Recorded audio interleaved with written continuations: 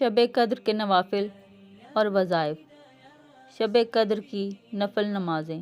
یا رسول اللہ صلی اللہ علیہ وآلہ وسلم۔ رمضان المبارک میں طاق راتوں میں ان نوافل کو کثرت سے پڑھنا چاہیے، ان کی بہت فضیلت ہے۔ نمبر 1، بعد از نماز عشاء 7 بار سورۃ القدر پڑھیے۔ فضیلت: ہر مصیبت سے نجات ملے گی، 1000 فرشتے اس کے لیے جنت کی دعا کرتے ہیں۔ نمبر 2 رکعت ترتیب، ہر رکعت میں الحمد کے بعد 1 بار سورۃ القدر اور 3 بار سورۃ الاخلاص۔ فضیلت: شب قدر کا ثواب حاصل ہوگا، ایک شہر جنت میں دیا جائے جو مشرق سے مغرب تک لمبا ہوگا۔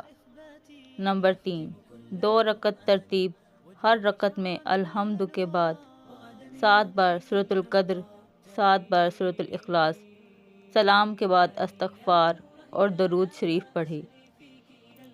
فضیلت: اللہ تعالیٰ اس نماز کے پڑھنے والے کو اور اس کے ماں باپ کو بخش دے گا۔